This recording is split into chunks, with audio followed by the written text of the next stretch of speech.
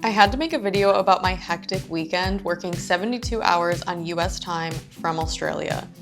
I do this for a certain social media job every year, and this is the second time I've done it from Australia. The first time I was 26, and now I'm nearing 29, and I can actually feel the difference. It's harder to adjust to working odd hours of the night compared to how I used to be able to. But despite that, I'm gonna show you what seems like a crazy thing to do, but it's always worth doing this job.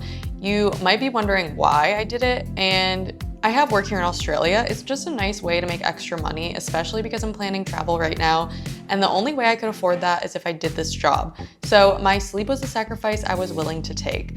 The job started at 3:30 a.m. on a Saturday, which was 12 p.m. on the East Coast. And Adelaide is off by 30 minutes, so I had to do a lot of calculations, especially because I was also looking at times in LA and New York. So I got home from work on Friday around 1 p.m. and I tied up some freelance jobs, then got ready to be in bed by 5 p.m. I had a nice glass of wine to ease the dread I had and help me sleep, but it's also really fun and exciting. So this night before the job starts kind of feels like the night before Christmas. And I kept waking up in the middle of the night because I wasn't used to sleeping at this time. Let me tell you, being up at 3 a.m. was rough, like really rough. I was questioning my life choices the whole time. I set out my workspace for the next 3 days where I would be trapped inside my apartment. And I had to pop open an energy drink to get going at 3:45 a.m. For breakfast, I sort of had a dinner with leftover pasta. And I had crazy heartburn from my body being in this time zone.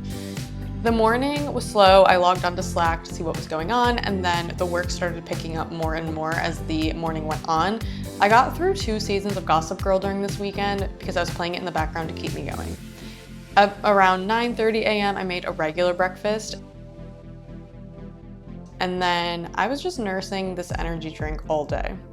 Then I realized I was so hungry because I was in the zone for so long around 1 p.m. and ordered Uber Eats because I didn't have any groceries and I couldn't leave the house.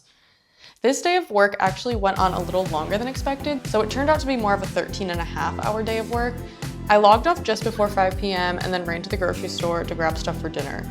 I was all tucked into bed by 7 p.m. that night and ready to do it all again the next day. So the next morning, I got to have a later start, which was nice, and it felt like starting at a regular time, kind of. I logged on at 4:30 a.m. I had breakfast around like 6 a.m. I didn't have an energy drink, just coffee. I kind of felt like my body was already adjusting to working at that time of day. But I realized that night I was more delirious than I thought because I ended up chopping off my hair and giving myself a bob. Luckily, it turned out looking okay.